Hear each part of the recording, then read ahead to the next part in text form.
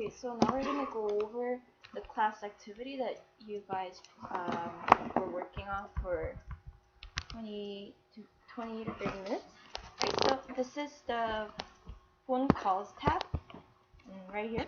Okay, so these are the lengths of long distance phone calls in minutes, right? So the data given was this column here, so it was given in minutes, and I just labeled it as xi because these are all the observations we have. So the first question asks for the five number summary, and this is pretty easy, right? Because that's what we've been doing for a while. So here, let's see if I can make a comment here. So here, it's given we are looking for the minimum Q1, median Q3, and max, right? Minimum here, if you see the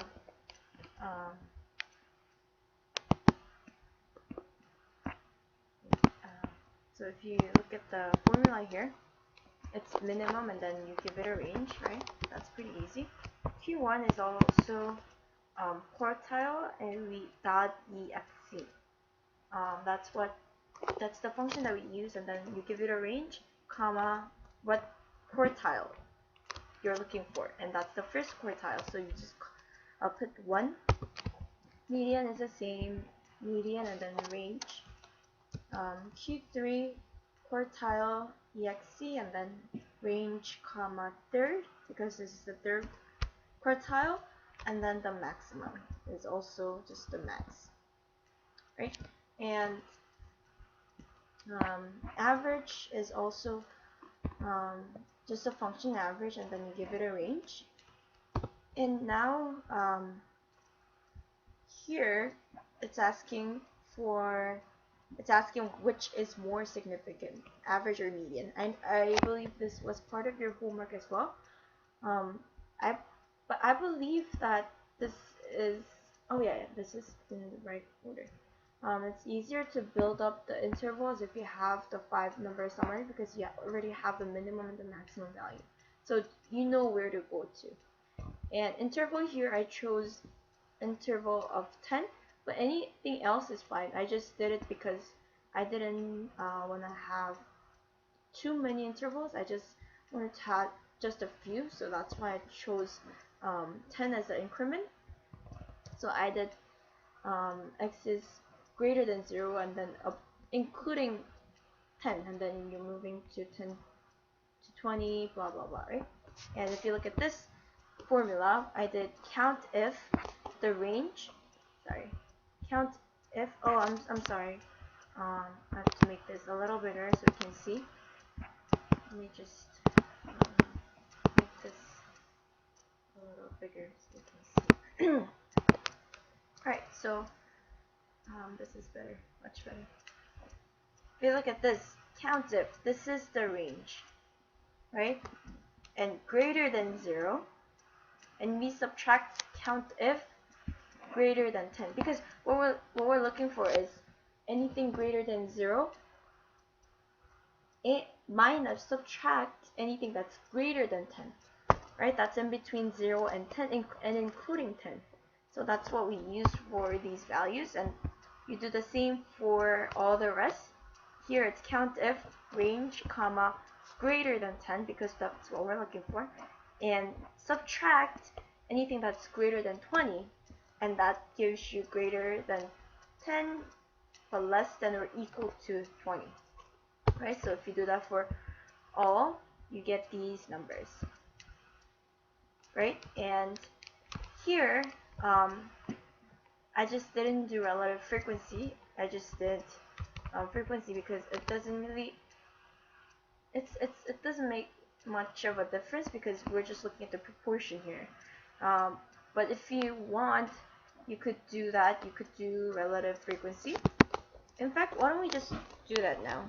We can just do here total, and you can just sum it up from this to that, and you get 36 as a total. And if you do relative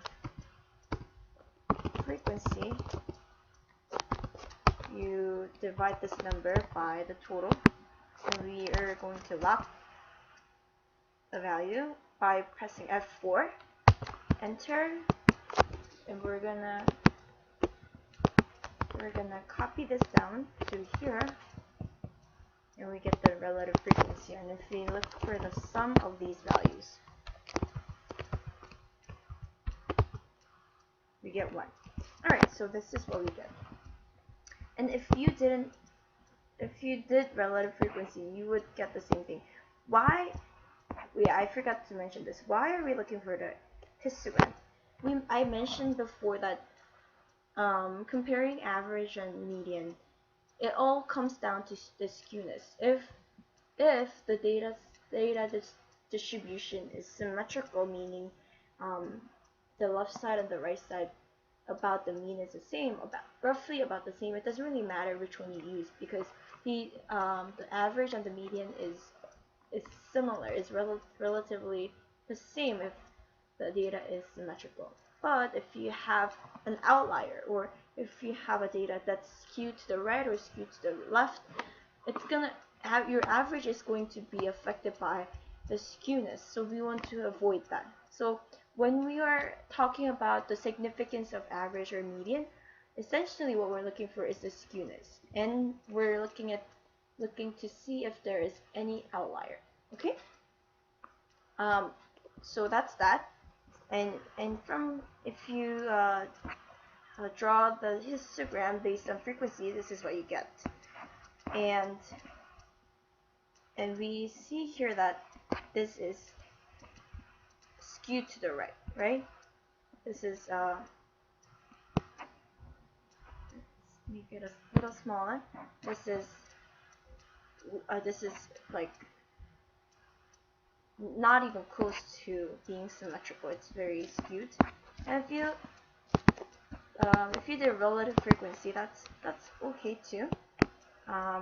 You just, let me just make it for you, because I didn't do that for the first, but that's roughly about the same. Here, these titles are different. I mean, the labels are different on the x-axis because I didn't label it according to the intervals, but looking at the graph, it's virtually the same because we're just looking at the proportion here, right? So which is more significant? From this graph, it seems obvious that the data is skewed to the right. Since the average is greatly influenced by the skewness, median is a more significant measure of center. Okay, so this is what you were asked to do. And part D is asking for the variance. And variance, from here, we look for the number of observations. And how do we do that? We count if and give it a range, and if it's greater than 0, you count. And from the range of this, right? And that's how you get 36. In variance, as we did before, I labeled this xith observation, and then you subtract you subtract x bar from xi. So this is a3 minus average, and you would of course lock this value because this is not moving, and you drag it down, you get all these numbers. And for this, we're looking for the x bar minus and xi minus x bar squared, so you just multiply this times 2, this times again that, and you do that for everything, every observation.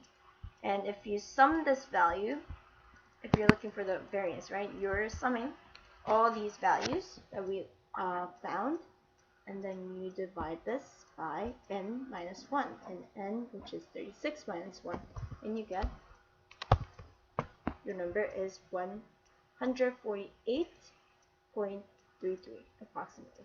And the second here is the value we got from using variance function built into it, right? So just do that and it gives you the value. And standard deviation is pretty easy. You just square root the variance, or you can just use the standard deviation dot s. Again, s for sample. We're never gonna have the population standard deviation, so we're always using the sample. And luckily we got the same answer, so that's good.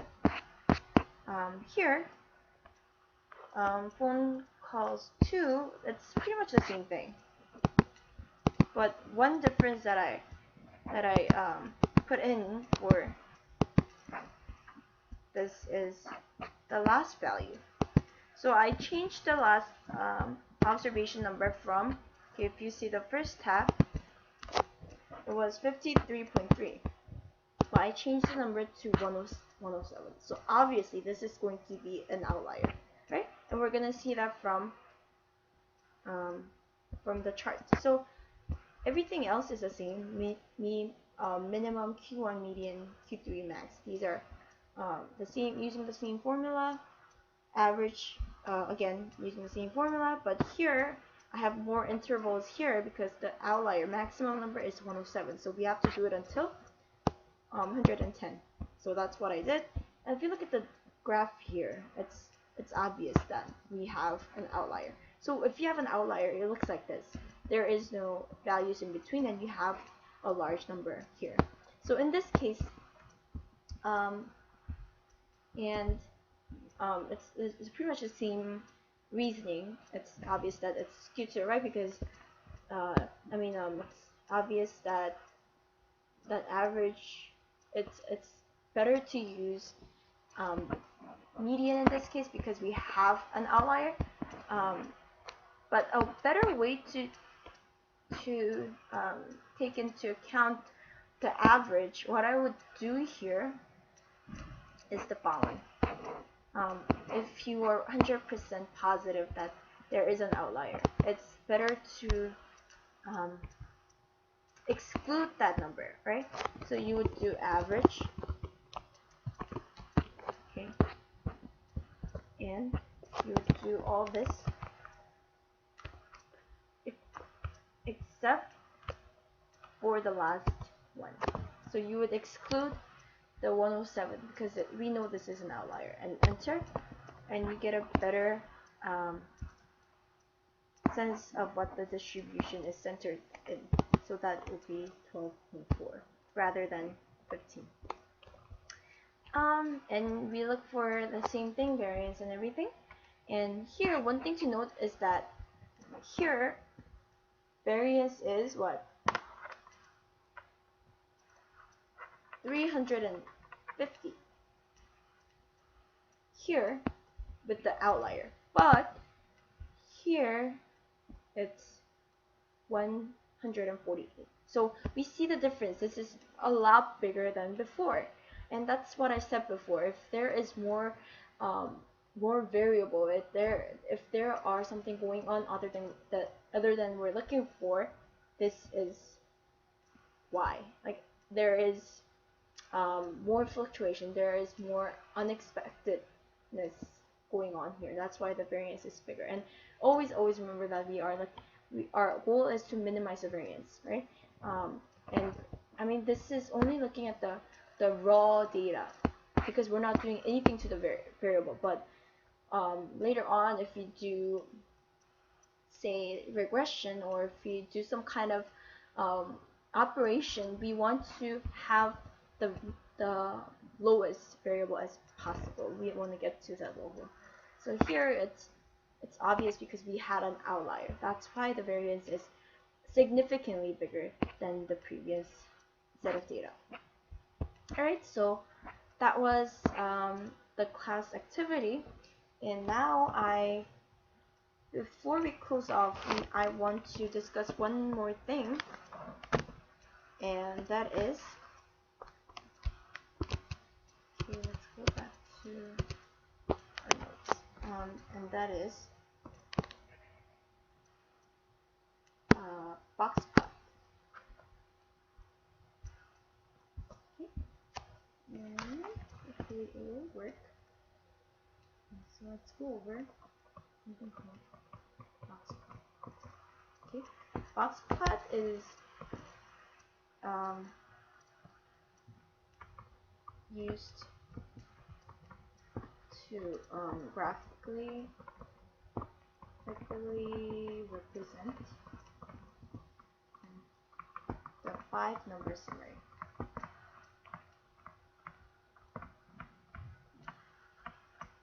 And to use this, we're going to look at, let's see,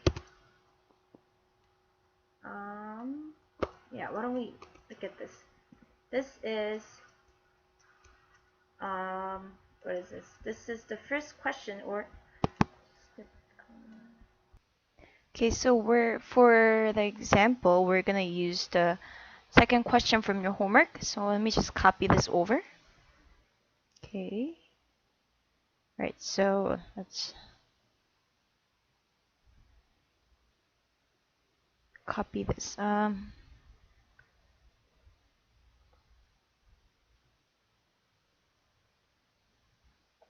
Okay, so let me copy this.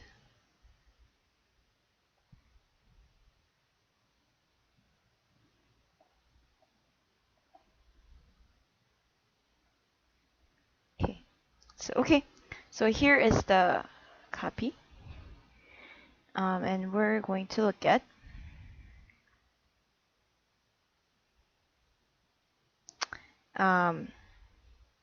some definitions first. So we're going to talk about range. Range is max minus min.